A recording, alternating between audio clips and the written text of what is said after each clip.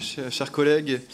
Nous recevons pour la deuxième fois Monsieur le ministre sur le projet de loi concernant la Nouvelle-Calédonie. C'est cette fois-ci constitutionnel puisqu'il a été adopté par le Sénat et il porte modification du corps électoral pour les élections au Congrès et aux assemblées de province de la Nouvelle-Calédonie. Deuxième fois donc, puisque nous avions entendu Monsieur le ministre le 12 mars dernier sur le projet de loi organique de report des élections aux provinces et au Congrès.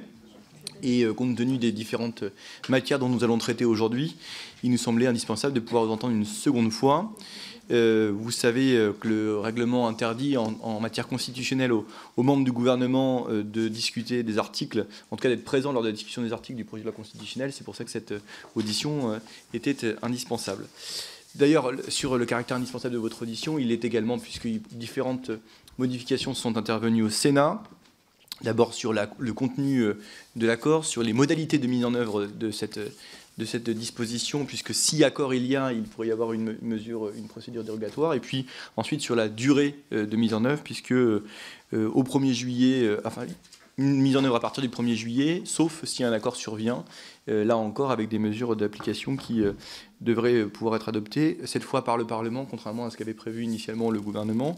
Et donc il est question d'abord de savoir si le texte qui est issu du Sénat vous convient, Monsieur le ministre, et si vous en préconisez l'adoption conforme par l'Assemblée nationale. C'est ma première question. Ensuite, j'aimerais connaître votre appréciation du rôle qui sera joué par les présidents des chambres parlementaires dans la constatation de l'accord, si accord il devait y avoir sur la nature du corps électoral entre les différentes parties en présence. Enfin, j'aurais une question aussi sur le contexte économique et social, et notamment le contexte de la crise nickel, sur les incidences que cela peut avoir ou que vous avez déjà mesurées par rapport à celui que nous connaissons aujourd'hui en Nouvelle-Calédonie. Et puis peut-être le rapporteur en dira-t-il un mot, puisque nous avons beaucoup échangé sur la question, sur celui des ingérences étrangères, qui a fait l'objet d'une disposition qui sera bientôt en examen au Sénat, et dont on sait que, pour la question azerbaïdjanaise notamment, elle fait l'objet de nombreuses mesures, avec des invitations d'élus de nos Outre-mer, avec des présences d'agents azerbaïdjanais en Nouvelle-Calédonie notamment, mais ailleurs également, et sur les incidences que cela peut avoir dans le processus en cours. Vous avez donc la parole, Monsieur le ministre, pour cette audition, et ensuite, Monsieur le rapporteur pourra nous éclairer et vous poser également ces questions. Monsieur le ministre. Merci, Monsieur le Président, Monsieur le rapporteur, Mesdames et Messieurs les députés. Je vous remercie une nouvelle fois de me donner l'occasion d'échanger avec vous sur la situation calédonienne. Après mon audition, vous l'avez dit, Monsieur le Président, dans le cadre de l'examen du projet de loi organique de report des élections provinciales, qui a été adopté par votre Assemblée et qui a été également adopté, vous l'avez vu, par le Sénat.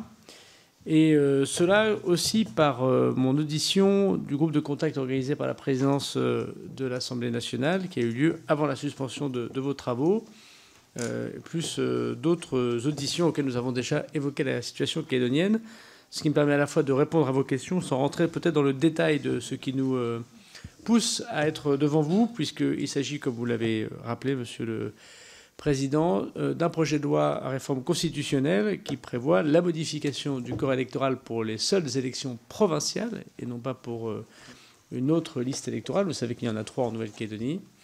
Et pour répondre à votre première question, le gouvernement souhaite, en effet, si cela était possible pour l'Assemblée nationale, un vote conforme par rapport au texte du Sénat qui ne nous satisfait pas totalement. Il a été modifié par la majorité sénatoriale, mais qui est conforme, me semble-t-il, à l'esprit du texte déposé par le gouvernement, à la volonté calédonienne, et puis, il faut bien le dire aussi, au temps qu'il nous faut pour pouvoir à la fois discuter avec les partis, j'y reviendrai, mais aussi, bien évidemment, pouvoir tenir l'engagement d'une élection provinciale qui, certes, est reportée, conformément à l'organique, mais qui doit se tenir avant le 15 décembre de cette année. Nous sommes aujourd'hui dans un moment évidemment important, puisque le Sénat a voté la réforme constitutionnelle telle que nous proposons, avec quelques amendements près. D'ailleurs, il prévoit, pour répondre à votre deuxième question, l'intervention des présidents des 2 assemblées. Le gouvernement n'a pas grand-chose à y redire, d'abord parce que ce sont des autorités morales, politiques, évidemment, qui sont les bienvenus, et puis parce que, manifestement, le Parlement, en tout cas le Sénat, souhaite les voir jouer un rôle. Je pense que le président Larcher, comme le président Bonne-Pivet, s'intéresse aux questions calédoniennes depuis le début de leur présidence. Donc je n'y vois évidemment personnellement aucun inconvénient, et que dans le dossier calédonien, tous les acteurs peuvent y jouer un rôle, qu'on pourrait qualifier de médiation ou d'aide, même si à la fin, le projet de loi constitutionnelle est bien porté, bien évidemment, par le gouvernement et nous l'espérons voté par l'Assemblée nationale et le Sénat. Je voudrais quand même dire, malgré ce qu'il peut être écrit ou commenté, que nous avons un texte organique qui a été voté par une majorité au Sénat puis une majorité à l'Assemblée nationale et qui a été promulgué, qui prévoit les reports de ces élections provinciales. Je dis d'autant plus que nous sommes en majorité relative à l'Assemblée nationale, chacun l'aura constaté, mais aussi dans l'opposition, puisque nous sommes très minoritaires au Sénat, ce qui était donc une prouesse, me semble-t-il, à la fois du projet de loi organique, mais aussi d'avoir convaincu une grande partie de députés et de sénateurs. Et le projet de loi constitutionnel a été adopté par le Sénat, et sans être bousculé dans ses équilibres, et notamment parce qu'on a su trouver une majorité au Sénat. Voilà, Monsieur le Président, la question qui se pose à nous, c'est veut-on ou non que la démocratie locale puisse s'exprimer en Nouvelle-Calédonie, que les Calédoniens, nés de parents calédoniens, puissent pouvoir voter, même s'il y aura 10 ans, évidemment, de présence sur le territoire calédonien pour pouvoir voter à des élections locales, conformément à ce qui avait été imaginé par Lionel Jospin lors de l'accord de Nouméa. Les 10 ans, c'était un esprit et un mot du premier Jospin qui avait été ensuite modifié par le président Chirac dans les raisons politiques qui n'ont pas grand-chose à voir avec la Nouvelle-Calédonie, mais plus au rapport de force qu'il avait avec son ministre de l'Intérieur de l'époque. Et puis, deuxième sujet, c'est évidemment de nous conformer au fait que Dominique de Villepin, mon prédécesseur, avait exprimé à la tribune du Congrès à Versailles que le gel du corps électoral pour les élections provinciales ne donnait que pour les 2 élections provinciales qui suivaient. Nous sommes à la 3e. Et il s'agit donc de revenir, évidemment, au fait que si le corps électoral reste restreint pour les élections provinciales en Nouvelle-Calédonie, et de ce point de vue restreint, de toute façon tout à fait exceptionnel par rapport au reste du territoire national, mais exceptionnel aussi par rapport aux autres démocraties, à ma connaissance, je ne connais pas de démocratie qui, aujourd'hui, attende 10 ans pour ses propres citoyens. Il ne s'agit pas pour des citoyens étrangers, pour ses propres citoyens qui ne puissent pas voter à une élection locale immédiatement ou dans les mois qui suivent. Ce corps électoral restreint restera encore le plus restreint des corps électoraux, d'ailleurs, comme l'a souligné aussi le C24, puisque j'ai eu l'honneur de défendre le dossier calédonien à l'action de la France devant les Nations Unies. Voilà qu'un jour, et nous avons eu si ce n'est les félicitations, au moins le satisfecit des Nations Unies et du C24 sur cette question. Cette question électorale, elle est évidemment importante et le ministre de l'Intérieur ne peut ignorer les manifestations qui ont été organisées ces dernières semaines avec une participation très impressionnante de dizaines de milliers de personnes pour chacune des parties. D'ailleurs, je remercie le haut-commissaire et les gendarmes et les policiers qui ont pu organiser ces manifestations à 2 rues séparées l'une de l'autre de Nouméa sans qu'il y ait d'affrontement. Et c'est près, si on calcule les choses d'un point de vue électoral, près de 10% du corps électoral calédonien qui était dans la rue à Nouméa. Et je pense que si on devait regarder les choses d'un point de vue national, on dirait qu'il y aurait vraiment beaucoup de monde. C'est-à-dire que le dossier calédonien, qui peut paraître un peu lointain, parfois difficile, peut-être même les gens se disent pourquoi nous embêter sur un changement de corps électoral pour les élections locales, pourquoi faut-il entreprendre ces discussions et ces ordres du jour dans les chambres, voire même convoquer les parlementaires à Versailles. On voit qu'en Nouvelle-Calédonie, le sujet est évidemment éminemment important, éminemment politique, et que nous devons prendre tous nos responsabilités. Mais ce dossier électoral ne vaut que dans la priorité que nous souhaitons fixer, me semble-t-il, à la vie calédonienne pour résoudre les grands problèmes. Et vous avez cité vous-même la question du nickel et donc la question économique. Tout le monde sait qu'en Nouvelle-Calédonie, les réserves de nickel sont très importantes, que c'est la richesse de ce magnifique territoire, mais que les difficultés du nickel sont désormais exacerbées, avec 3 usines qui fonctionnent très difficilement, voire qui ne fonctionnent plus, et un modèle économique et social qui est fondé sur ce nickel, puisque plus de la moitié des emplois directs et indirects dépendent du nickel en Nouvelle-Calédonie, et comme il s'agit d'un gouvernement autonome, les systèmes sociaux, sanitaires, économiques dépendent aussi de ce nickel, pour lequel le gouvernement de la République française n'a pas de compétences, mais pour lequel il verse énormément d'argent depuis fort longtemps, encore très récemment, pour soutenir les salaires, soutenir les mines, et puis évidemment soutenir les entreprises et les collectivités locales qui ont en Nouvelle-Calédonie la compétence. Pour prendre des décisions importantes en lien avec l'État, je voudrais saluer le travail que fait Bruno Le Maire et le président des collectivités successives, notamment le président Mapou, la présidente Baquès également pour la province sud, pour trouver un accord sur cette filière nickel. Il nous faut que le Congrès de Nouvelle-Calédonie, que les provinces puissent être renouvelées dans leur légitimité, parce que ces décisions seront difficiles. Faut-il ou pas fermer une usine de nickel? Faut-il ou non transformer le modèle économique du nickel? C'est évidemment des questions importantes qui touchent en plus très profondément la politique calédonienne. Faut-il changer la doctrine du nickel, c'est-à-dire exporter du minerai sans transformer sur place? Pour cela, il nous faut un certain nombre de renouvellements démocratiques pour avoir ces élus. Et il ne peut pas y avoir de renouvellement démocratique s'il n'y a pas d'élection. Il ne peut pas y avoir d'élection s'il n'y a pas un changement du corps électoral, puisque je rappelle que ce n'est pas par opportunité que le gouvernement vient devant vous, mais c'est parce que tout le monde constate que ce corps électoral gelé n'est plus conforme aux principes élémentaires de la démocratie en Nouvelle-Calédonie, et que le Conseil d'État nous a lui-même suggéré très fortement que si nous ne modifions pas le corps électoral et nous convoquions les électeurs avec le corps électoral d'aujourd'hui, alors il est évident que ce décret de convocation des électeurs serait attaqué et que ces élections seraient annulées et que nous serions obligés de revenir vers vous pour dégeler le corps électoral. Et plutôt que d'être devant cette mauvaise comédie, nous avons choisi de prendre nos responsabilités. Cela fait 3 ans désormais que nous discutons. Nous discutons avec les indépendantistes et les non-indépendantistes pour trouver un accord que nous qualifions de global sur l'avenir institutionnel de la Nouvelle-Calédonie. Faut-il réformer les institutions de la Nouvelle-Calédonie? Après tout, il y a 5 institutions pour un archipel de 300 000 habitants. C'est peut-être un peu excessif. En tout cas, on peut constater que 3 codes de l'environnement pour les 3 provinces au moment du réchauffement climatique, c'est pas très efficace pour la Nouvelle-Calédonie. Je pense que personne n'en disconvient, même si personne n'est d'accord sur les institutions nouvelles qu'il faudrait.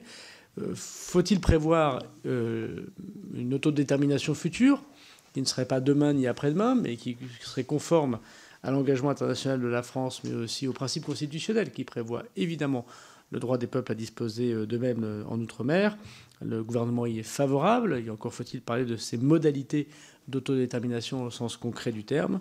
Et puis, bien sûr, la question de la représentativité comme du corps électoral en Nouvelle-Calédonie se pose, puisque aucune de ces discussions n'a abouti complètement à un accord, même si on voit qu'ici ou là, il peut y avoir des retours de discussion. Comme il l'avait annoncé, le gouvernement a pris ses responsabilités sur la seule question du corps électoral restreint des élections provinciales, puisque c'est celui qui était le plus urgent, les élections devant se tenir normalement au mois de mai de cette année. Vous évoquez, Monsieur le Président, et j'en terminerai par là, la question des ingérences étrangères. Il y a en Nouvelle-Calédonie une tradition d'ingérence étrangère, on pourrait appeler ça comme cela. D'abord, dans un temps ancien, la Nouvelle-Zélande et l'Australie, qui pendant très longtemps ont gardé un lien particulier avec les courants indépendantistes. C'est beaucoup moins vrai, pour ne pas dire plus vrai du tout. Je peux témoigner que mes homologues australiens, puisque j'essaye de les rencontrer à chaque fois que je vais en Nouvelle-Calédonie, et je suis allé en Nouvelle-Calédonie 7 fois ces 2 dernières années, sont très heureux que la France soit présente dans le territoire pacifique et ont envie non seulement de la présence de la France, mais de partenariat et singulièrement dans la diplomatie indo-pacifique à destinée du président de la République. Deuxième type d'ingérence qu'on pourrait qualifier d'asiatique et plus singulièrement de chinoise, notamment sur les questions économiques, incontestablement, qui touchent le nickel, mais c'est aussi vrai, vous le savez bien, pour la pêche ou les câbles sous-marins en Polynésie française. Et puis troisième type d'ingérence que nous avons découvert voilà quelques mois, qu'on pourrait qualifier d'opportuniste, parce qu'on ne voit pas très bien quel est l'intérêt de l'Azerbaïdjan d'être présent dans la zone du Pacifique Sud. Enfin, il ne m'avait pas paru évident que l'Azerbaïdjan avait un intérêt économique ou politique ou culturel ou sportif peut-être en Amérique, dans le Pacifique Sud. Il est évident que le lien que l'Azerbaïdjan peut avoir avec quelques courants indépendantistes ou quelques personnes indépendantistes, liens de toutes sortes d'ailleurs, dont il appartient sans doute à la délégation parlementaire au renseignement. Monsieur le Président, demandez, si vous le souhaitez, des précisions et des communications sur des sujets financiers, sur des sujets qu'on pourrait qualifier effectivement de particulièrement non conformes à l'idéal politique, mais plutôt à un idéal numéraire, nous ont beaucoup questionné.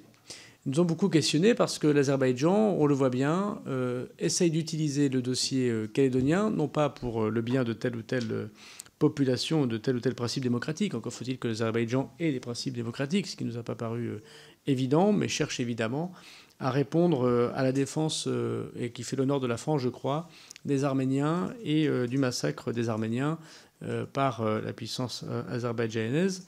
Et l'utilisation de l'Azerbaïdjan de ce dossier calédonien au niveau international comme au niveau de la Nouvelle-Calédonie nous choque profondément. Et c'est la démonstration, en effet, d'une ingérence qui est tout à fait conforme à ce que vous définissiez, d'ailleurs, qui fait l'objet, je crois, d'une proposition de loi de vous-même, Monsieur le Président, que nous aurons le plaisir de discuter très bientôt. Il faut donc dénoncer ces ingérences. C'est ce que, évidemment, regarde et contrôle la DGSI sous mon autorité. C'est aussi le travail que fait la DGSE sous l'autorité des ministres des Armées.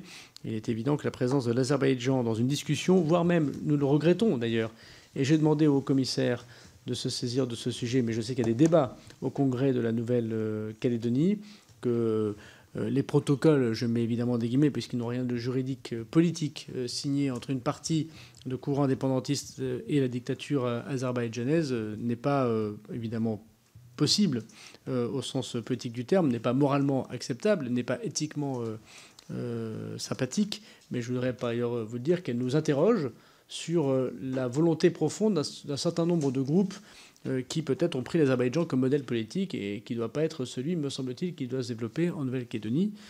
Chacun connaît sans doute, ou personne ici n'osera, j'imagine, défendre ce que fait l'Azerbaïdjan. Donc effectivement, nous y voyons une ingérence étrangère caractérisée, extrêmement négative, extrêmement néfaste, et nous regrettons que des Français, que des hommes et des femmes politiques, en l'occurrence du courant indépendantiste, encore une fois, ce n'est pas le cas de tous, bien évidemment, mais que certains d'entre eux voient dans l'Azerbaïdjan une planche de salut, alors qu'on le voit, ce n'est pas le modèle de développement de société possible.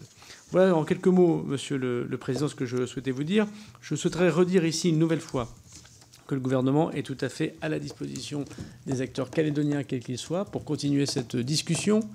Je veux dire que, comme je l'ai répété, que si le corps électoral restreint va continuer, même s'il est modifié pour les élections provinciales en Nouvelle-Calédonie, nous avons la possibilité de pouvoir, en cas d'accord, et seulement en cas d'accord sérieux, de reporter une nouvelle fois par décret, par projet de loi, par loi. Ça, c'est le débat parlementaire qu'on aura à la suite de ce que vous verrez des indications du Sénat, les élections jusqu'en novembre 2025. Ce n'est pas un souhait du gouvernement que de redécaler ces élections. C'est une constatation de possibilité si jamais un accord devait se dessiner. Et donc, nous le redisons que cette possibilité doit rester dans la loi constitutionnelle que nous vous proposons. Que la main du gouvernement est toujours tendue pour cette discussion en trilatérale, que ce soit à Paris ou à Nouméa, et que si cet accord devait se dessiner de façon définitive pour le bien de la Nouvelle-Calédonie et des Calédoniens, le gouvernement prendrait en considération cela à la demande du président de la République pour pouvoir transférer, si j'ose dire, l'accord trouvé sur l'accord électoral que le Parlement viendrait à décider s'il décidait de suivre le gouvernement, mais que la procrastination ne fait pas une bonne politique. Surtout les Calédoniens, depuis très longtemps, attendent, comme tous les Français, attendent comme dans toute démocratie, de pouvoir voter pour les élections locales qui choisissent l'aide sociale à l'enfance, les régulations d'urbanisme et d'économie, c'est-à-dire, bref, des sujets qui ne sont pas vitaux pour la Nouvelle-Calédonie au sens constitutionnel et institutionnel du terme, mais qui sont vitaux au sens économique et social. Ça me paraît juste que ce projet de loi constitutionnel. Merci, Monsieur le Ministre. Monsieur le rapporteur. Oui, merci beaucoup, Monsieur le Président. Je voudrais d'abord m'excuser auprès des collègues puisque le rapport que je dois finaliser ne l'est pas encore puisque je mène encore des auditions ici en métropole après avoir mené une 50aine d'auditions en Nouvelle-Calédonie. Donc je finirai les auditions cette semaine et le rapport devrait être disponible la semaine prochaine pour la commission. Néanmoins, je peux vous donner déjà quelques éléments sur le dossier que l'on étudie aujourd'hui. Tout d'abord, faire un peu d'histoire. Il était prévu par les accords de Matignon un référendum pour ou contre l'indépendance en 1998 en Nouvelle-Calédonie. Simplement, les deux grands mouvements politiques de l'époque, le RPCR et le FLNKS, avaient décidé qu'il était bien trop tôt, après les événements de 88, pour refaire un référendum pour ou contre l'indépendance parce que cela allait raviver les tensions. Donc il avait été décidé de trouver un accord plus global, un accord de décolonisation qu'on a appelé l'accord de Nouméa. Pourquoi c'était un accord de décolonisation? Puisque dans cet accord, il y a un préambule qui reconnaissait les ombres de la colonisation et ses lumières bien évidemment, mais qui mettait en avant les dégâts qu'avait provoqué la colonisation, notamment chez le peuple kanak. Ensuite, c'était un accord de décolonisation puisqu'il était prévu énormément de transferts de compétences, faisant de la Calédonie le territoire le plus autonome de la République. C'était un accord de décolonisation aussi puisque le corps électoral que nous étudions aujourd'hui était un corps électoral restreint à 10 ans de présence sur le territoire pour pouvoir voter aux élections provinciales et au référendum, même si les deux listes électorales étaient différentes. Donc on était parti sur quelque chose de constructif qui devait nous amener finalement aux 3 référendums qui étaient là aussi prévus par l'accord de Nouméa, tout en sachant que les Calédoniens, à l'époque où s'étaient inscrits les 3 référendums, personne, et ça a été dit dans les auditions, ne pensait que nous serions capables d'organiser les 3 référendums. C'est-à-dire que tout le monde considérait que c'était dangereux pour la Nouvelle-Calédonie, comme en 1998, d'organiser 3 référendums clivants. Simplement, il y a eu en 2007, de manière unilatérale, sans consensus ni accord global, ce qu'on a appelé le gel du corps électoral, provoqué par Jacques Chirac, qui s'était mis d'accord avec le président de la province Nord, Paul Néotine. Le gel du corps électoral a consisté à dire que finalement, ce n'était pas 10 ans de présence qu'il fallait en Nouvelle-Calédonie pour pouvoir voter, mais c'était être arrivé avant novembre 1998. C'est-à-dire qu'on gelait le corps électoral à novembre 1998, c'est-à-dire que tous les Français, qu'ils soient de métropole ou des Outre-mer, arrivés après cette date-là, ne pourraient jamais voter. Ni aux élections provinciales, ni au référendum.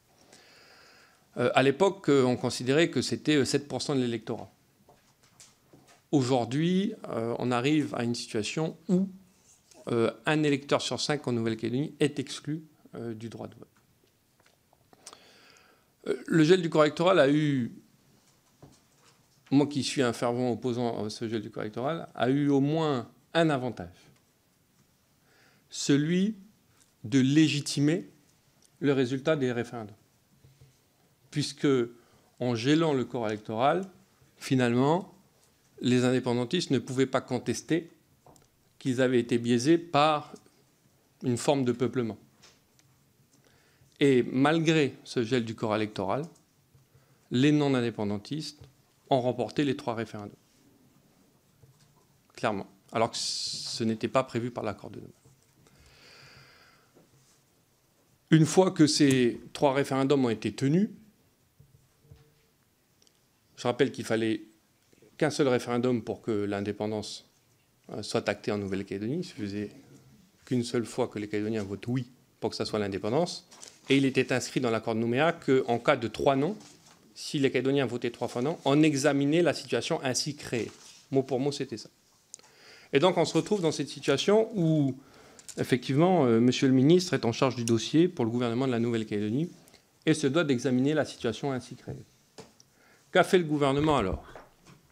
Gérald Darmanin est venu 7 fois en Nouvelle-Calédonie et a mené des dizaines de réunions avec les non-indépendantistes et les indépendantistes, a missionné un préfet pour être chargé uniquement des négociations, et nous avons discuté avec les indépendantistes pendant de très longues heures, des centaines d'heures, à 3, les 3 partenaires de l'accord de Nouméa.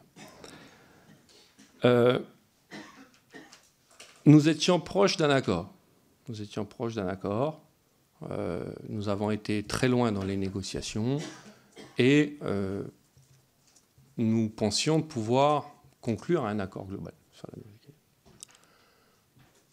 Je rappelle que les indépendantistes, notamment les plus modérés, ceux de l'Unipalika, avaient déclaré publiquement que 10 ans, revenir à l'équilibre de 88, c'est-à-dire 10 ans de présence sur le territoire calédonien pour pouvoir voter, était quelque chose d'acceptable, puisque c'était l'équilibre de l'accord de 98. Malheureusement, les les indépendantistes les plus durs, les plus extrêmes, les plus, j'ose le mot, radicalisés, ont finalement pris la main sur le FLNKS et toutes les avancées que nous avions obtenues dans les discussions ont été ensuite remises en cause. Nous sommes donc arrivés à la période des élections provinciales qui était prévue en mai, avec la nécessité de dégeler le corps électoral pour des obligations juridiques, comme l'a rappelé le ministre. Nous, non-indépendantistes, nous avions proposé 3 ans glissants. 3 ans glissants parce qu'on considère que nous avions voté 3 fois non à l'indépendance et que nous étions des Français quasiment comme les autres. Mais Gérald Darmanin, monsieur le ministre, qui avait, dans un premier temps, coupé la poire en deux entre les indépendantistes et les non-indépendantistes, en proposant 7 ans de présence sur le territoire, s'est rangé finalement à la proposition des indépendantistes sur l'article 1er du projet de loi constitutionnelle qui nous intéresse, c'est-à-dire le temps de présence nécessaire pour voter. Puis, le ministre Darmanin a aussi accepté la demande des indépendantistes de privilégier un accord global sur la question du corps électoral, et c'est la rédaction de l'article 2. Parce que, là encore, j'ai l'impression de vivre en métropole ce que nous vivons en Nouvelle-Calédonie, c'est-à-dire d'avoir une lecture très binaire de ce projet de loi constitutionnel. On oppose ce projet de loi constitutionnel qui dégèle le corps électoral à un accord global. Sauf que l'article 2 de ce projet de loi organique est quand même assez magnifique pour la Constitution française. C'est-à-dire que, et je l'ai dit tout à l'heure en délégation des Outre-mer, c'est-à-dire qu'au niveau de normes nationales, il y a donc désormais la loi organique, au-dessus la Constitution, et au-dessus de la Constitution, l'accord des Calédoniens. Puisqu'il est écrit dans l'article 2 que le projet de loi constitutionnel serait éventuellement caduc si les Calédoniens se mettaient d'accord, trouvaient un accord global jusqu'à 10 jours avant les élections provinciales. Ça veut dire que le gouvernement de la République, représenté par M. Darmanin, à travers ce projet de loi constitutionnel, a tout fait et continue de tout faire pour que les Calédoniens puissent se mettre d'accord globalement sur un projet d'avenir. Ce projet de loi constitutionnel est simplement la garantie que si les élections provinciales devaient se tenir sans accord politique, ces élections provinciales se tiendraient avec un corps électoral dégelé, comme l'impliquent les décisions de la Cour européenne des droits de l'homme, ou comme le rappelle le Conseil d'État. Donc c'est un projet de loi constitutionnel très équilibré, peut-être trop, vous diront les non-indépendantistes, je ne le dirai pas parce que je suis rapporteur, mais c'est un projet de loi constitutionnel, en tout cas, qui devrait permettre une certaine forme d'unanimité de la classe politique, puisqu'on s'assure finalement de résoudre la problématique juridique tout en permettant à l'esprit du dialogue, du consensus et de l'accord d'être possible jusqu'au bout. Jusqu'au bout, tout en sachant que les élections provinciales, comme l'a rappelé M. le ministre, ont été décalées une première fois de 6 mois, mais comme l'a dit le Conseil d'État, on pourrait aller jusqu'à novembre 2025, soit 18 mois de décalage. Donc voilà ce que je voulais dire, Monsieur le Président. Je voudrais juste rajouter que les Calédoniens attendent depuis longtemps que les élections se tiennent, et surtout attendent depuis longtemps qu'il y ait une traduction de leur vote. Ça fait effectivement depuis novembre 2021 que le 3e référendum s'est tenu. La Calédonie traverse une grave crise économique liée à l'incertitude institutionnelle, mais aussi liée à la crise du nickel. Nous sommes dans un déficit migratoire sans précédent. Nous perdons 4 à 5 000 personnes par an depuis 5 ans maintenant. Il y a entre 20 et 25 000 personnes qui ont quitté la Nouvelle-Calédonie, ce qui met nos finances au plus mal. On est loin d'un repeuplement du territoire. Donc l'important aujourd'hui pour les Calédoniens, c'est de leur redonner des perspectives, et ce projet de loi constitutionnelle y participe. Je conclurai sur la question des ingérences étrangères qui a été posée par le président. Gérald Darmanin a rappelé les tenants et les aboutissants de l'affaire. Je rappellerai juste que l'Union calédonienne, qui n'est pas le parti indépendantiste aujourd'hui le plus constructif, a annoncé qu'une délégation se rendrait au Venezuela également pour aller chercher du soutien. Donc on voit que les ingérences étrangères qui viennent défendre finalement la cause des indépendantistes, et je le dis toujours, les plus radicalisés, viennent de pays qui ne sont pas pour nous des modèles de démocratie, et que les Calédoniens, qu'ils soient indépendantistes ou non indépendantistes, parce qu'il y a dans la famille indépendantiste des Calédoniens qui disent que même si nous devions être indépendants, le modèle de société que nous voulions, c'est une république démocratique. Voilà. Et que donc il y a un rejet aussi de la part des indépendantistes les plus modérés, ces alliances avec les pays les plus, enfin en tout cas les moins démocratiques que nous connaissons. Voilà, je vous remercie, Monsieur le Président. Merci, Monsieur le rapporteur. Je vais appeler les orateurs des groupes. Je rappelle que c'est une durée de 4 minutes.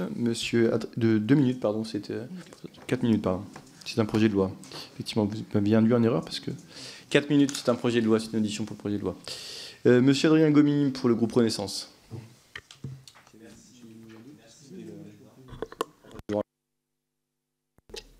Merci, Monsieur le Président. Monsieur le Ministre, Monsieur le rapporteur, mes chers collègues, nous voilà à l'aune d'un examen solennel abordant une partie importante de notre histoire, de notre unité en tant que peuple, et qui démontrera le sens que nous, représentants de la nation, entendons leur donner. À ce titre, je tiens à féliciter mon collègue rapporteur Nicolas Metzdorf, qui a entendu avec la plus grande impartialité des personnalités calédoniennes, indépendantistes comme non indépendantistes. Son travail a été mené en totale impartialité, permettant d'éclairer au mieux les travaux de la Commission. Ce texte, comme il n'en a jamais été question par ailleurs, ne vise pas, comme j'ai pu l'entendre, à une quelconque pression exercée sur les parties prenantes à la conclusion d'un accord global sur l'avenir institutionnel de la Nouvelle-Calédonie. Et je crois au contraire que l'enjeu de ce texte est tout autre. Une évidence. Seul un accord entre les partenaires locaux et l'État pourra permettre d'entrevoir une solution pérenne. En cela, l'article 2 de ce projet de loi constitutionnelle est fondamental, du fait qu'il laisse la porte ouverte au consensus et ainsi à un accord. L'équilibre d'un moment historique trouvé lors des accords institutionnels de Matignon-Oudinot, puis de celui de Nouméa, a mis fin à de graves troubles, nocifs pour notre démocratie. Ces accords ont été trouvés par le dialogue, par la considération de l'autre, dans une parfaite égalité, et sans minorer l'histoire ou la culture de chacun. C'est ce que nous devons, à mon sens, toutes et tous appeler de nos souhaits l'harmonie d'un peuple.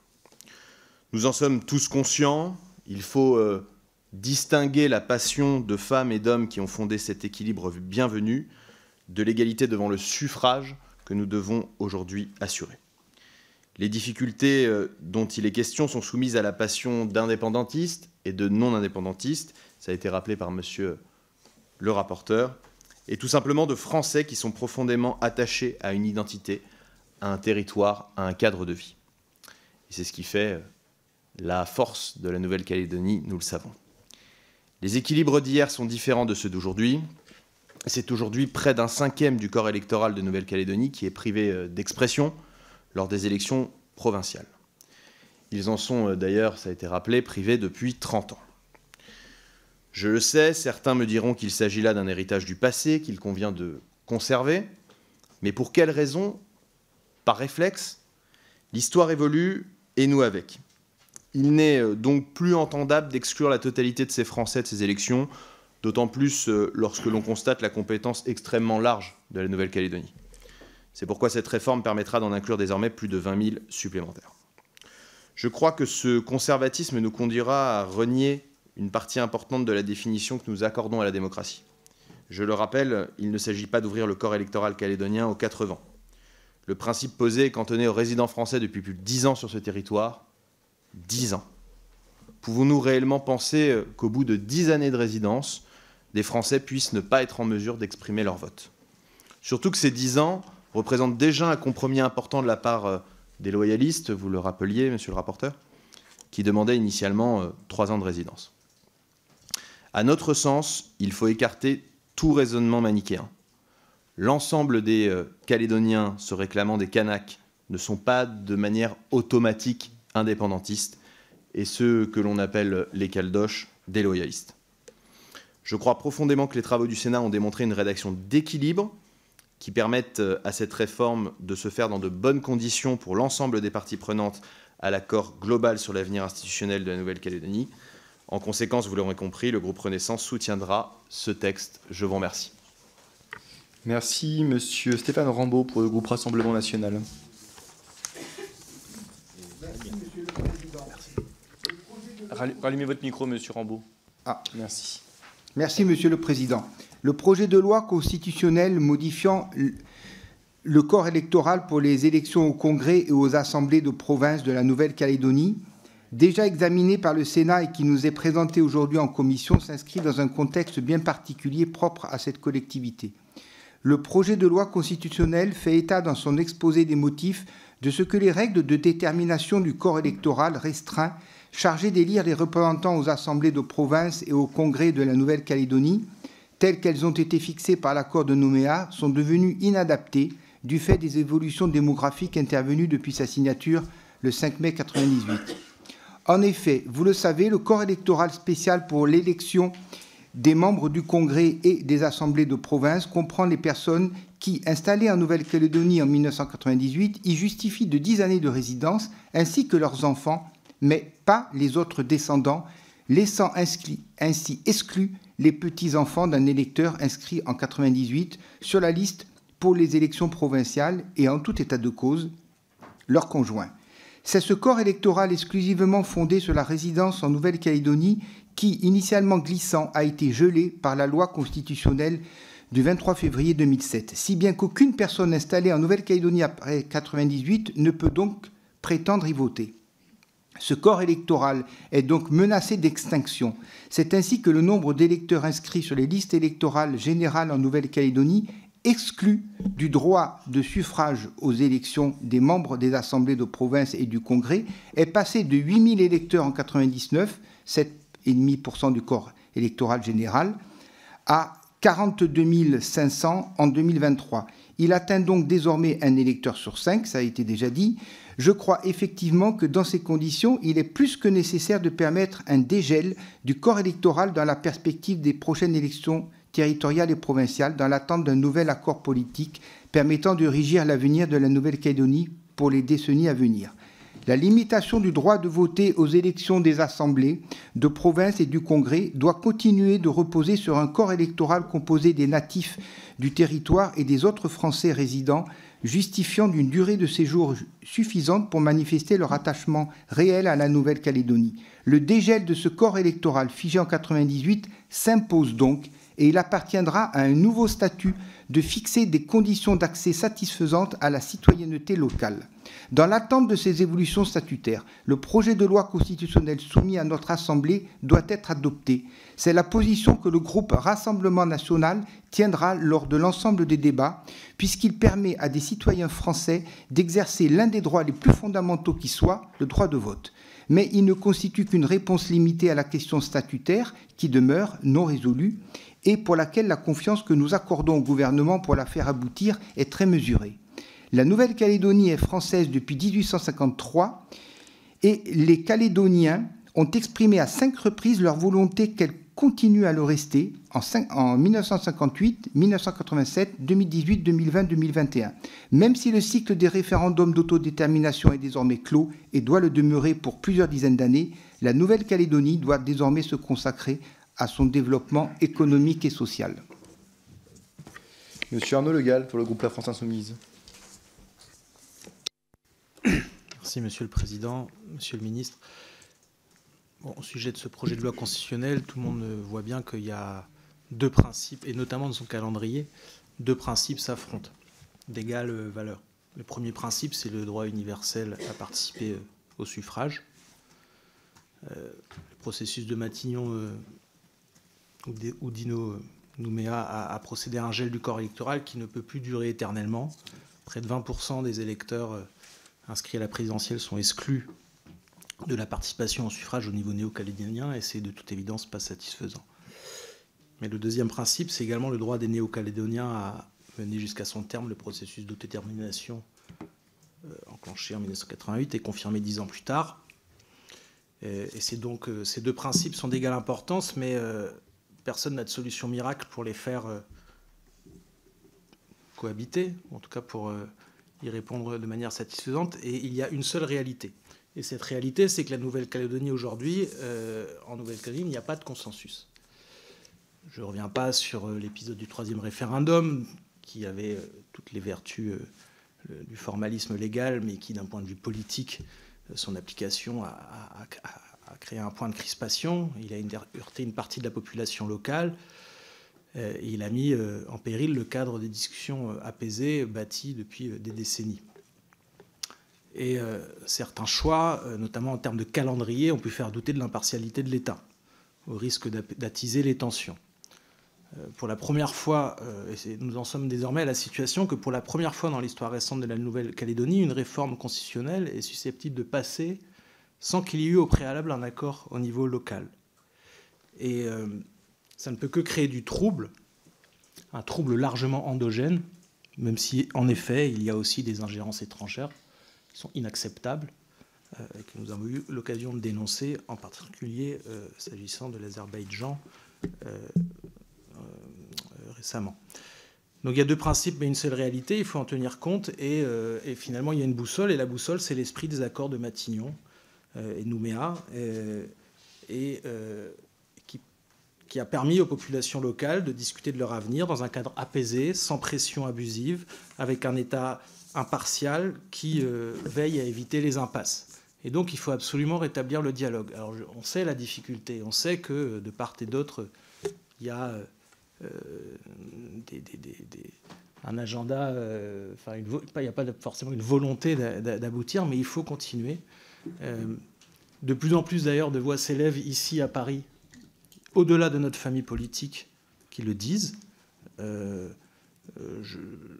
Collègue Gosselin, par exemple, ou d'autres recommandent de mettre en place une mission impartiale destinée à faciliter les négociations entre les parties dans le but d'aboutir à un accord global, parce que qu'on le veuille ou non, en l'état de la situation, il est impossible de séparer le projet de loi constitutionnelle de l'accord global. Voilà pourquoi, à notre avis, il nous faut retrouver une méthode pour conjurer les tensions qui montent, comme l'ont montré les dernières manifestations, qui montrent un véritable clivage au sein de la société néo-calédonienne. Et à l'inverse, la volonté de faire à tout prix passer ce PJLC, quoi qu'il en coûte, ne nous paraît pas la bonne méthode, donc nous ne le soutiendrons pas. Monsieur Philippe Gosselin pour le groupe Les Républicains. Merci Monsieur le Président, Monsieur le Ministre, mes chers collègues. Ce n'est pas une surprise, je suis attaché, comme le sont mon groupe et mon parti, à l'appartenance de la Nouvelle-Calédonie à la France. C'est une appartenance qui a été confirmée par les 3 référendums tenus en 2018, 2020 et 2021. Pour autant, nous sommes aujourd'hui bien arrivés à la fin d'un processus, le processus issu des accords de Matignon et de Nouméa. Il avait pour but de reconnaître les ombres et les lumières de l'histoire pour forger enfin un destin commun.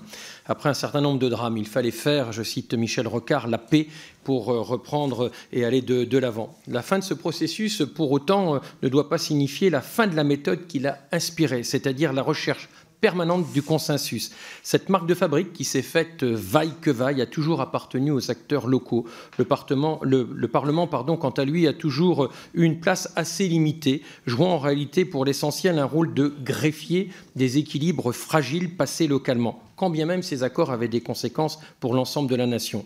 Autrement dit, et je le dis avec force, l'avenir de la Nouvelle-Calédonie appartient d'abord en premier lieu aux habitants de ce territoire à travers les accords qu'ils pourront conclure entre eux. Oui, il y a bien eu 3 référendums avec des résultats positifs en faveur du maintien de ce territoire de la Nouvelle-Calédonie au sein de la République. Mais en aucun cas, ces accords ne sauraient exclure une communauté ou une autre.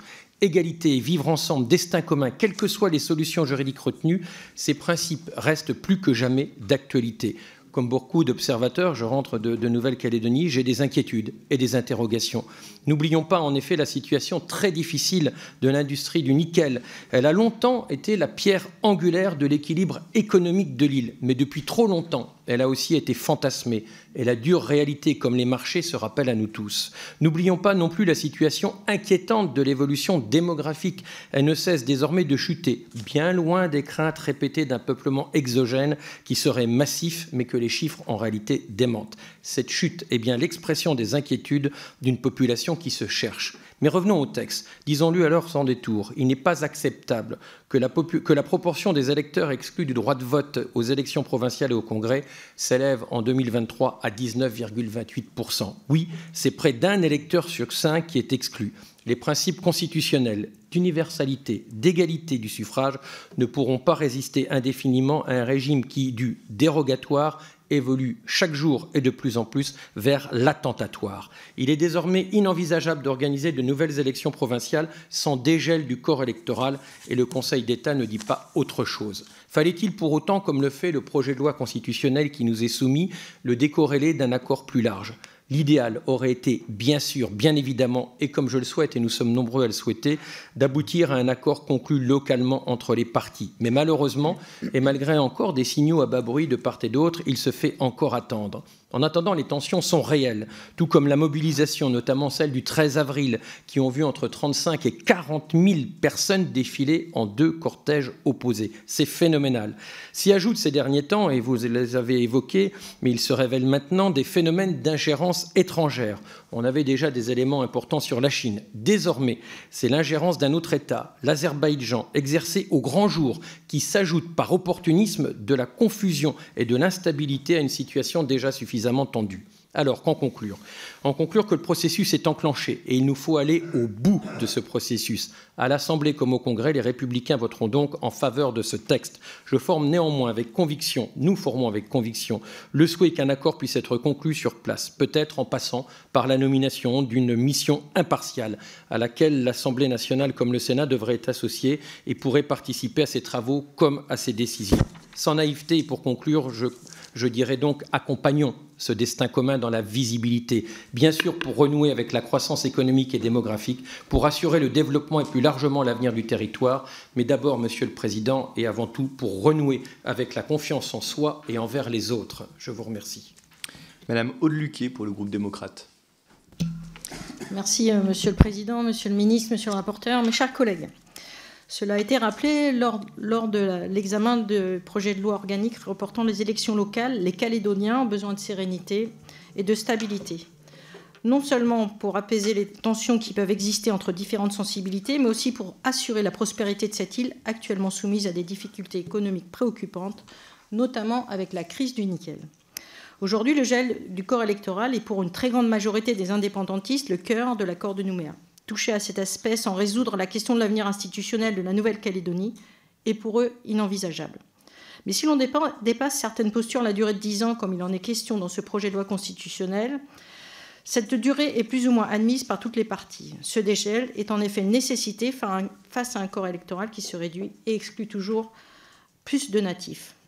Ça a été rappelé, la proportion des électeurs inscrits sur la liste électorale générale, privés de droit de vote pour les élections des assemblées de province et du Congrès, est passée de 7,46% en 1999 à 19,28% en 2023. Sur 25 000 personnes concernées par ce dégel, 14 000 sont natifs de Nouvelle-Calédonie. Si les règles qui définissent l'établissement de ces listes ne sont pas modifiées, cet écart ne pourrait que s'accentuer avec le temps. À ce sujet, le Conseil d'État a rappelé que le corps électoral spécifique résultant de l'accord de Nouméa dérogeait significativement au principe d'égalité et d'universalité du suffrage et qu'il ne devait être que transitoire. Il estime donc que les règles qui définissent aujourd'hui ce corps électoral présentent un risque nouveau d'entrer en contradiction avec les principes constitutionnels et les engagements internationaux de la France. Il nous faut donc avancer. Là encore, nous l'avions précédemment évoqué, il ne faudrait pas que des combats partisans et politiciens qui concernent la métropole viennent polluer des enjeux fondamentaux pour la démocratie calédonienne. La recherche d'un consensus et d'une réforme institutionnelle plus profonde, décidée par les Calédoniens eux-mêmes, doit être notre principal objectif. Attention à ne pas replonger l'île dans une crise politique profonde qui viendrait renforcer la crise économique.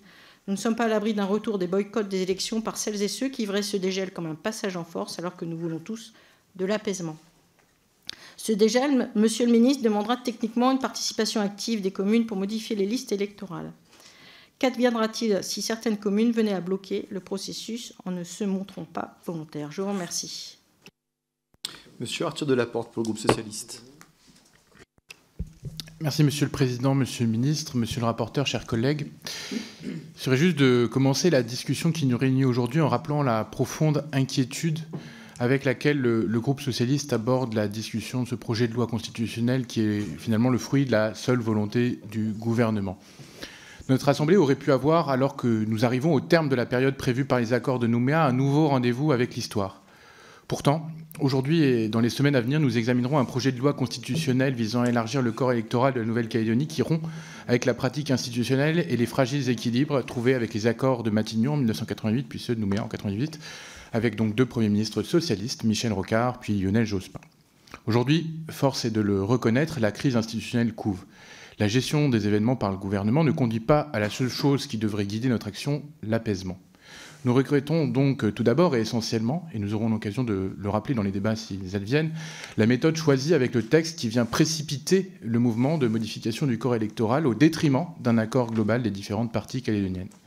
Vous semblez ainsi retirer de la balance du dialogue l'un des éléments clés et surtout, cette réforme entraînerait une modification potentielle de la Constitution avant tout accord. À cet égard, nous partageons l'analyse du Conseil d'État lorsqu'il rappelle que l'accord de Nouméa, signé en 1988, constitue au terme du point 5 de son préambule une solution négociée de nature consensuelle qui a mis en place l'organisation politique de la Nouvelle-Calédonie et les modalités de son émancipation. Or, aujourd'hui, les conditions ne sont pas réunies pour modifier le corps électoral puisqu'elles ne sont ni négociées ni consensuelles. Il nous faut donc être vigilants pour que ce processus de décolonisation soit abouti et complet. Et il serait intolérable que ce projet de loi soit une remise en cause d'une part de l'autodétermination et d'autre part du processus. C'est pourquoi, Monsieur le Ministre, ce texte doit, en tout état de cause, être retiré à ce stade. Le risque que vous prenez, c'est celui d'un embrasement généralisé qui serait inconsidéré, comme ont pu le dire beaucoup d'acteurs éminents que nous avons pu auditionner. À l'occasion de l'examen de ce texte portant report du renouvellement général du Congrès et des assemblées de province de Nouvelle-Calédonie, nous avions pourtant demandé du temps au temps, c'était il y a quelques semaines, et nous préconisions d'adopter le délai supplémentaire suggéré par le Conseil d'État en nous laissant notamment la possibilité de réunir des élections jusqu'en novembre 2025, sans succès. Monsieur le ministre, je vous appelle pourtant à écouter les forces vives locales et pour que, comme l'écrivait dans une tribune de 2008 Lionel Jospin et Michel Rocard, plus que jamais, il faut parler, diagnostiquer sans complaisance les injustices, rechercher ce qui rassemble et discuter de ce qui divise. L'État, partenaire politique des accords, doit assurer une mission permanente de dialogue. Pour se tourner vers l'avenir, en réparant les blessures du passé, nulle précipitation n'est nécessaire. Les manifestations qui se sont déroulées récemment, mobilisant près de 20% du corps électoral, et pas 10, s'ajoutent à la crise du nickel. Les tensions politiques et économiques qui s'additionnent marquent donc la réactivation de la bipolarisation et sont les signaux complémentaires que votre texte divise plus qu'il ne rassemble. S'il y a un soupçon sur la neutralité de l'État sur le dégel du corps électoral, c'est donc que ce texte va trop loin. La théorie des apparences doit l'emporter.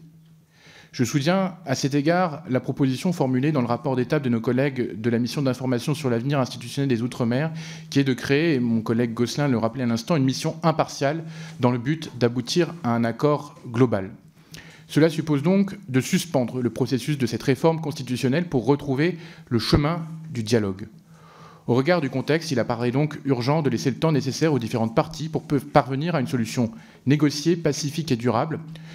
La prise en main de ce dossier par la place Beauvau, et ce n'est pas à vous, Monsieur le Ministre, que je critique, mais c'est plutôt le fait que ça soit passé de niveau primo-ministériel à un niveau ministériel, n'est pas de nature à poser un cadre permettant des négociations sereines.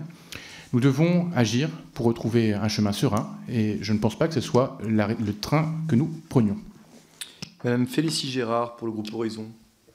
Merci Monsieur le Président, Monsieur le Ministre, Monsieur le rapporteur, chers collègues.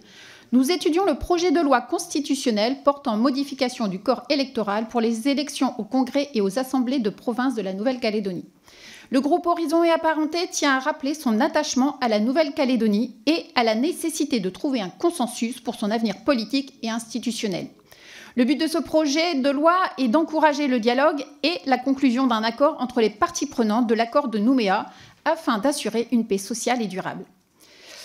La Nouvelle-Calédonie ne compte pas moins de 3 listes électorales différentes. La première pour les élections du président de la République, des maires et des députés. La deuxième pour les élections provinciales. La troisième pour les consultations relatives à l'autodétermination.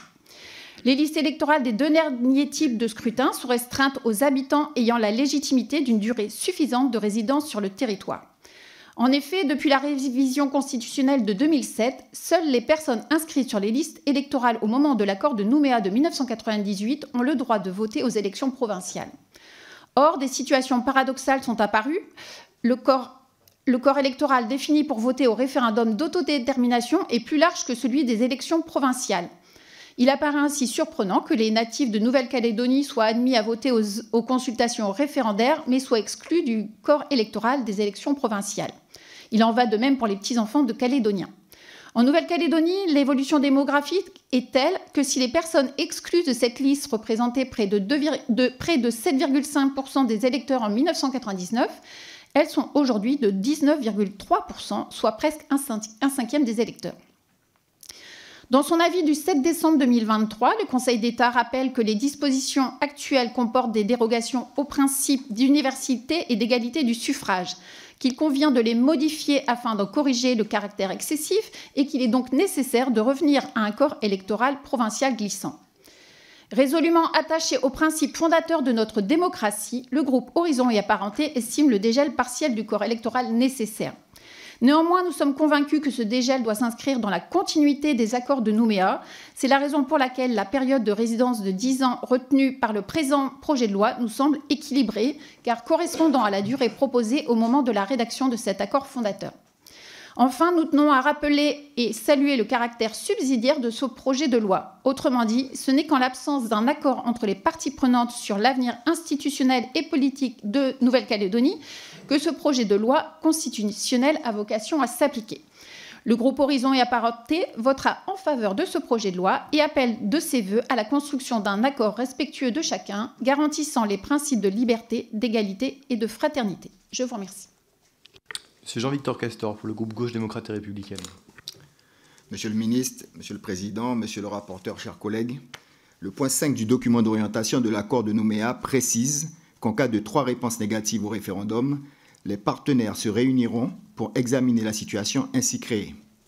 Et que, tant que les consultations n'auront pas abouti à la nouvelle organisation politique proposée, l'organisation politique mise en place par l'accord de 1998 restera en vigueur à son dernier stade d'évolution, sans possibilité de retour en arrière, cette irréversibilité étant constitutionnellement garantie.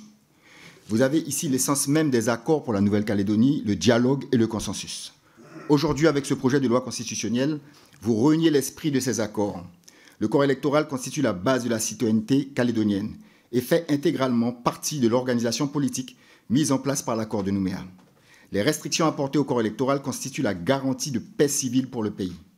En voulant revenir de façon unilatérale sur l'irréversibilité constitutionnelle de l'organisation politique mise en place par les accords de 1998, vous revenez fracturer le pays et réveiller les antagonismes.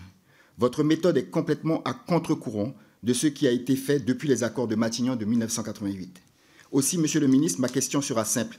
Que cherchez-vous? Pensez-vous que c'est par le passage en force qu'une solution pérenne et pacifique sera trouvée en Nouvelle-Calédonie? L'accord de Nouméa a consolidé la stabilité de l'archipel en établissant dans son préambule la nécessité de poser les bases d'une citoyenneté de la Nouvelle-Calédonie permettant au peuple d'origine de constituer avec les hommes et les femmes qui y vivent une communauté humaine affirmant son destin commun. Le premier alinéa de votre projet de loi constitutionnelle remet fondamentalement en cause la notion de communauté de destin prévue par les accords de Nouméa. La mise en place d'un corps électoral glissant menace un équilibre encore fragile, construit au gré de la bonne volonté de chacune des parties et garanti par la neutralité de l'État. En modifiant cet équilibre, vous provoquerez une irrémédiable minorisation du peuple kanak ainsi que celle des Calédoniens d'origine, du fait du poids croissant des néo-électeurs qui ne seront que de passage. Car être sur une un territoire pendant 10 ou 15 ans ne signifie pas obligatoirement vouloir y lier son destin. Dans nos pays, il est courant que des personnes s'établissent pour un temps, plus ou moins long, mais ne considèrent ce temps que comme une parenthèse dans leur vie, avant un retour auprès de leur famille. Ces personnes ne souhaitent pas établir de communauté de destin en Nouvelle-Calédonie. Elles ne se voient que de passage. Et pourtant, par la mise en place de ce corps électoral glissant, ce sont ces personnes de passage qui décideraient de l'avenir de la Nouvelle-Calédonie. Le déséquilibre démographique qui s'ensuivra est également une des préoccupations de l'ONU, qui rappelle que dans le contexte spécifique des territoires non autonomes, dont la Nouvelle-Calédonie, les puissances administrantes devraient veiller à ce que l'exercice du droit à l'autodétermination ne soit pas entravé par des modifications de la composition démographique dues à l'immigration ou au déplacement de population dans les territoires qu'elles administrent. L'enjeu de l'avenir de la Kanaki Nouvelle-Calédonie doit suivre le chemin du consensus qui est l'héritage de l'histoire de ce pays. Une nouvelle organisation doit être mise en place uniquement par voie consensuelle, afin de définir plus précisément le périmètre de la citoyenneté calédonienne. À ce titre, des propositions ont été faites, telles que l'ouverture du corps électoral aux natifs, ou encore la constitution d'une mission de médiation politiquement neutre qui devra s'atteler à rétablir les conditions d'un vrai dialogue et l'impartialité de l'État. Mais le gouvernement actuel préfère la méthode à marche forcée, qui renie l'esprit des accords pour la paix. Votre gouvernement est hypocrite. Il indique vouloir dialoguer, mais ne veut pas prendre le temps de le faire. Vous voulez un accord rapide sous la pression. Vous dites aux indépendantistes, signez ou l'on passe par la loi constitutionnelle. Il s'agit là d'une attitude on ne peut plus coloniale, mais aussi et surtout, c'est une approche prétentieuse et risquée de votre part. En agissant ainsi, vous ne résoudrez rien. Au contraire, vous recréez les conditions du chaos. Il faudra que vous en assumiez la responsabilité. Monsieur Jean-Félix Acoïva pour le groupe Liberté Indépendant Outre-mer et Territoires.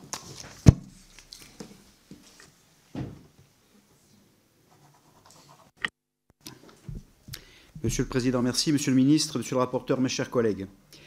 26 ans, presque jour pour jour après les accords de Nouméa de 1998, la Nouvelle-Calédonie se trouve dans une situation, cela a été dit, très instable, tant sur le plan politique qu'économique. Ce problème politique, avec la longue histoire particulière, coloniale, conflictuelle, puis de paix entre cette île et la République, est, nous en convenons, complexe. Il faut faire preuve d'humilité tout autant que de détermination collective. Aussi, nous ne serons pas de ceux qui mettront bien évidemment de l'huile sur le feu. Cela ne nous empêchera pas, bien évidemment, d'affirmer des principes et visions qui sont les nôtres à des fins de contribuer bien modestement au cheminement qui doit mener à la paix et à la solution politique partagée. Le texte constitutionnel qui nous est soumis aujourd'hui nous semble être pour l'heure un rendez-vous manqué. L'absence d'accord politique nous conduit en effet à discuter d'une révision constitutionnelle qui, ça a été dit clairement, n'est à cette heure pas consensuelle ni largement majoritaire dans l'île. Et ne permettra pas en l'état de dessiner un destin commun à la Nouvelle-Calédonie, tel que le souhaitaient les rédacteurs des accords de Nouméa. Les risques de statu quo sont réels, ne nous semblent pas envisageables. Le renoncement ne peut pas être une solution, aussi notre groupe espère ardemment la poursuite du dialogue et des négociations. La particularité de ce projet de loi constitutionnelle est qu'il contient un mécanisme de caducité en cas d'accord après son adoption. Est-ce que ce mécanisme doit être interprété comme une porte ouverte ou comme un ultimatum? Telle est la question à haut risque, interprétée évidemment différemment selon le camp par les acteurs de ce pays. Nous regrettons pour l'heure le choix d'une méthode qui peut être vue comme une marche forcée, en dépit des fortes réserves exprimées, notamment évidemment par le FLNKS qui rejette clairement à ce jour ce texte. Le dialogue ne semble pas à ce jour mûr. Les positions d'un côté des loyalistes et d'autres indépendantistes semblent encore trop tranchées et éloignées. Le destin commun n'est pas défini. Ce projet de loi constitutionnelle arrive beaucoup trop tôt, il nous semble. Notre groupe donc assume le fait que ce dialogue puisse prendre du temps, peut-être beaucoup de temps, voire trop de temps pour certains, mais il nous paraît toujours préférable de prendre le temps nécessaire plutôt que de légiférer sans accord politique préalable dans ce dossier à forte dimension historique. Si nous reconnaissons la nécessité d'une évolution constitutionnelle du corps électoral pour tenir compte des évidentes évolutions démographiques, la question sensible réside, nous le savons tous, dans les modalités d'application d'un dégel pour permettre à de nouveaux électeurs de participer aux élections provinciales. Le critère retenu de 10 ans soulève aussi encore trop de réticences, c'est une évidence, même, cela a déjà été dit, si des espaces de compromis semblent exister. Et le fait même de scinder la question du corps électoral d'un accord plus global pose aussi problème. Au fond, ce projet de loi constitutionnel constitue une solution subsidiaire. Il ne nous semble pas que quelqu'un ici peut raisonnablement y voir une porte de sortie définitive et apaisée au blocage actuel. À ce stade, 26 ans après, nous ne pouvons que réitérer notre appel à la signature d'un accord global entre l'ensemble des parties signataires de l'accord de Nouméa, dans le but de rassembler, de tracer un destin favorable et de trouver une stabilité institutionnelle et d'émancipation pour la Nouvelle-Calédonie. Aussi, si cela était possible, nous souhaiterions connaître l'état des toutes dernières discussions en cours entre les parties afin que l'Assemblée nationale puisse délibérer de manière éclairée, en son âme et conscience. Je vous remercie. Et enfin, Madame Sandra Rogol pour le groupe écologiste. Merci, Monsieur le Président, Monsieur le Ministre, Monsieur le rapporteur. Je vais vous rapporter l'intervention de ma collègue Sabrina Sebaï qui ne peut pas être présente aujourd'hui. Je m'inquiète de ce que la majorité des discours semble oublier, à ce que j'entends, les épisodes tragiques. Le gouvernement pense qu'il peut légiférer en Nouvelle-Calédonie par le passage en force. C'est l'impression que donne vos positions, comme il a pris l'habitude de le faire sur beaucoup d'autres réformes. Mais en réalité, la méthode employée en Nouvelle-Calédonie est dangereuse. Cette méthode est celle de la brutalité et du refus d'aller chercher un consensus que nous devrions tous aller chercher, ou tout de moins de l'illusion du dialogue pour venir transposer un modèle, au fond, colonial. Je tiens à rappeler ici que l'ONU a classé la Nouvelle-Calédonie parmi les territoires à décoloniser et que ce projet de loi touche aussi à des considérations de droit international qui appellent à la plus grande des prudences en temps normal. Le gouvernement ne peut pas raisonnablement agir en Nouvelle-Calédonie en faisant fi des événements historiques récents et de l'extrême violence dans laquelle le territoire fut plongé dans les années 80. On oublie trop souvent que les insurrections, les guerres civiles sont le fruit de basculements bien plus ténus que ce qu'on peut imaginer. Romain Gary disait « La vérité, c'est qu'il y a une quantité incroyable de gouttes qui ne font pas déborder le vase. En d'autres termes, il est impossible de savoir à l'avance quelle goutte d'eau fera déborder le vase. Et si la goutte, chers collègues, c'était une réforme du corps électoral imposée par un gouvernement, alors même que des négociations sont encore en cours. Dans son histoire, la Nouvelle-Calédonie a d'ailleurs connu plusieurs séquences insurrectionnelles, dont l'épisode tragique de la grotte d'Ouvéa. De cet épisode est resté, outre le deuil et la blessure de 19 Kanaks morts et 2 militaires, un serment de Matignon avec Michel Rocard, qui dit que les responsables politiques ne mêlent plus jamais la Nouvelle-Calédonie à la politique nationale. Pourtant, c'est encore à quelques mois des élections présidentielles et législatives que vous avez organisé le 3e référendum, malgré un boycott massif. Vous revenez donc aujourd'hui avec un projet de loi constitutionnelle qui n'a rien appris ni d'Ouvéa, ni du boycott massif des indépendantistes. Le consensus, ce n'est pas une des options possibles, c'est le seul chemin sur lequel le gouvernement devrait s'engager. Quand bien même, et surtout, quand il est long et sinueux. Il doit être notre boussole politique. Le 23 mars dernier, le FLNKS réuni en congrès a voté une motion de politique générale exprimant clairement leur désaccord avec la politique menée par le gouvernement. Elle, je cite, condamne la méthode de passage en force du gouvernement français et, je cite encore, exige le retrait définitif du projet de loi constitutionnelle. Elle réaffirme par ailleurs, je cite encore, l'illégitimité de la 3e consultation du 12 décembre 2021 en raison de la non-participation du peuple kanak.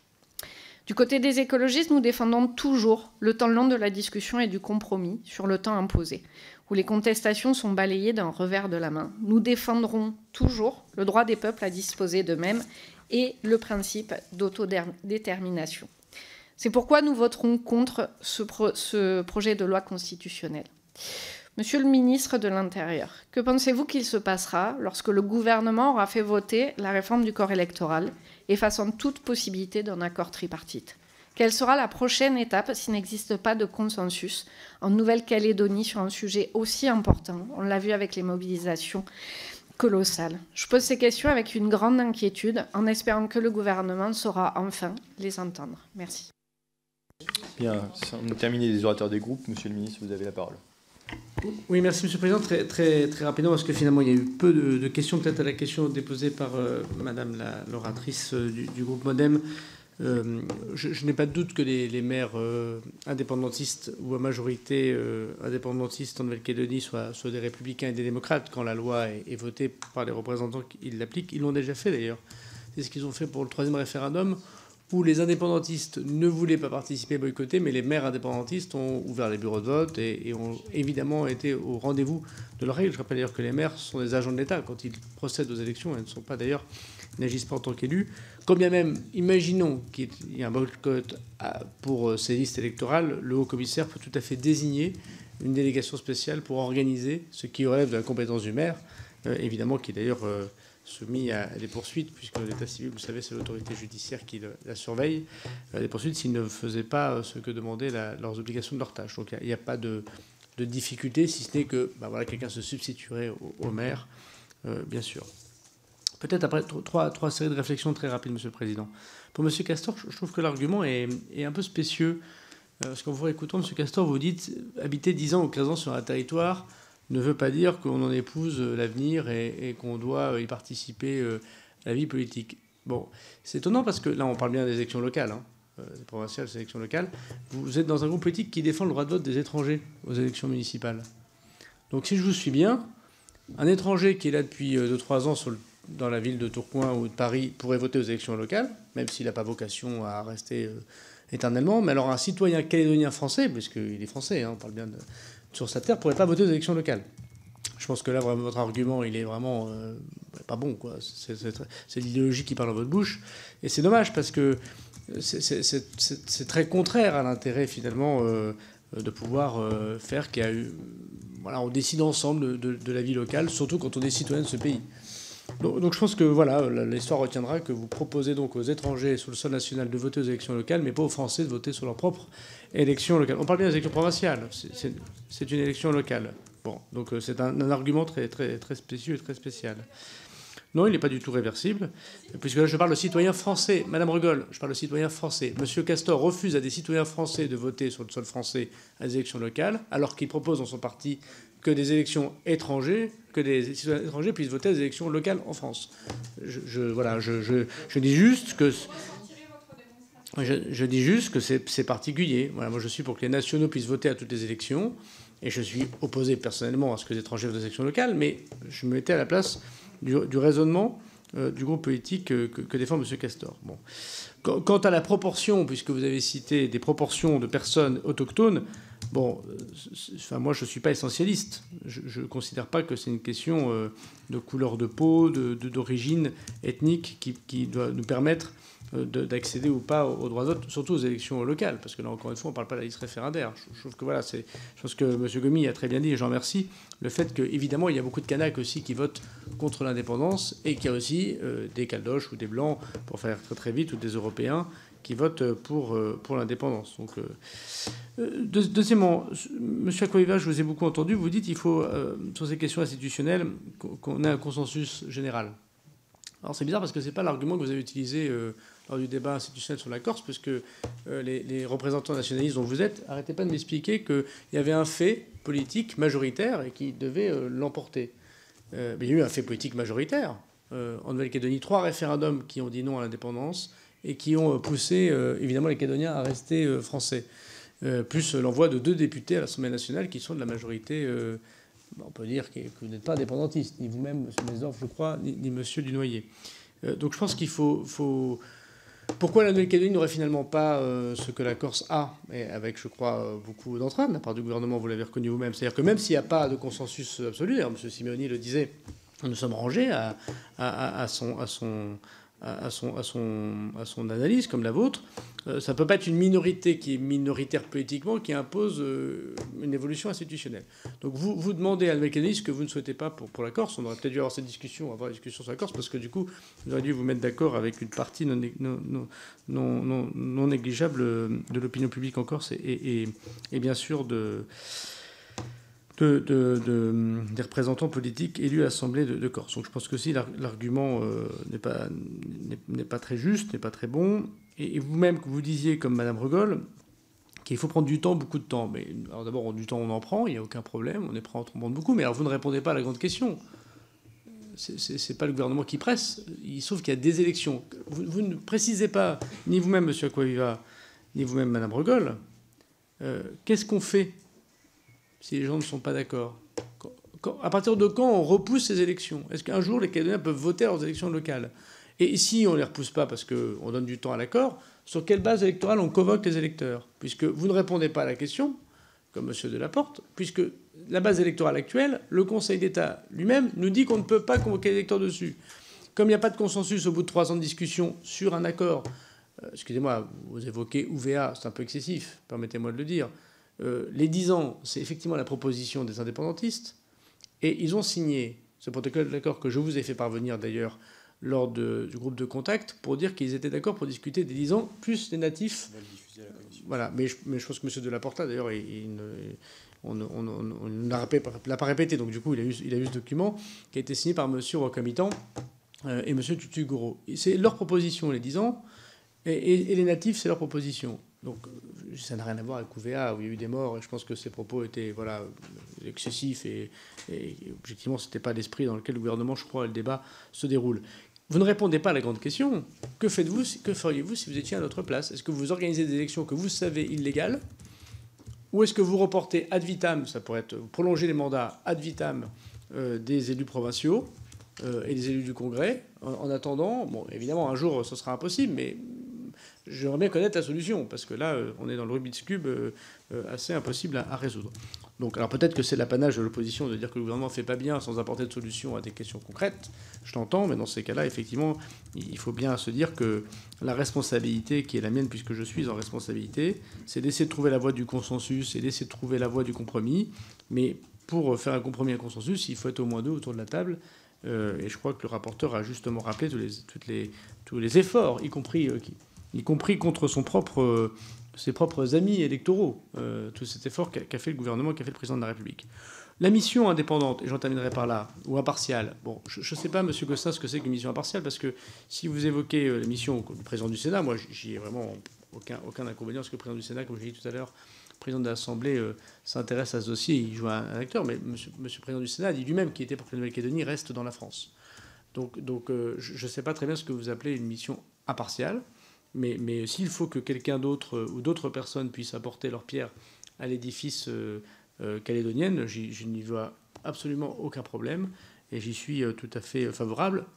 Il me semble que l'État joue ce rôle impartial d'organisation, puisqu'il est celui qui a permis, quelles que soient les majorités, me semble-t-il, à se réunir autour de l'État. Mais s'il faut quelqu'un d'autre le soit, ça ne pose aucun problème au gouvernement, puisque le but, en effet, c'est la paix publique, le retour de la démocratie et bien sûr le fait que la Nouvelle-Calédonie retrouve un développement économique et social qui soit conforme à l'intérêt général, bien sûr, de la Nouvelle-Calédonie et de la France. Et enfin, monsieur le rapporteur. Merci, monsieur le président. Je vais tout d'abord répondre à l'interrogation de monsieur Le Gall pour le groupe LFI qui, je trouve, est juste. M. Le Gall dit qu'il y a deux principes universels qui sont traités sur le dossier calédonien, la question démocratique et la question de la décolonisation. Deux principes qui doivent être... Il y a un principe qui est traité, qui est résolu, et le deuxième principe ne l'est pas. La décolonisation.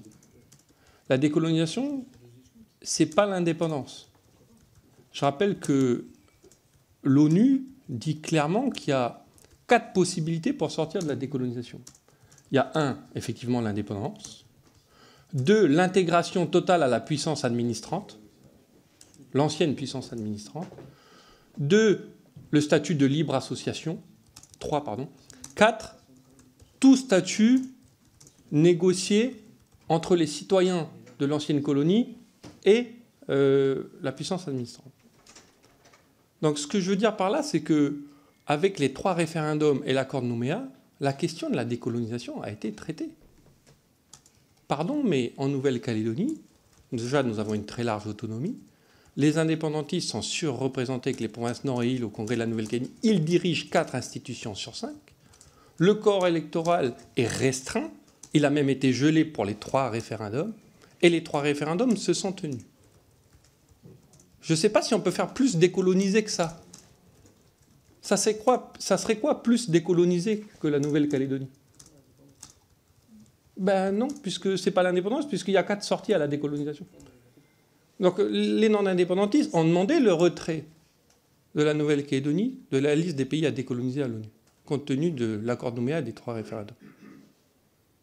Donc, la réponse, elle est très simple. La décolonisation a été traitée.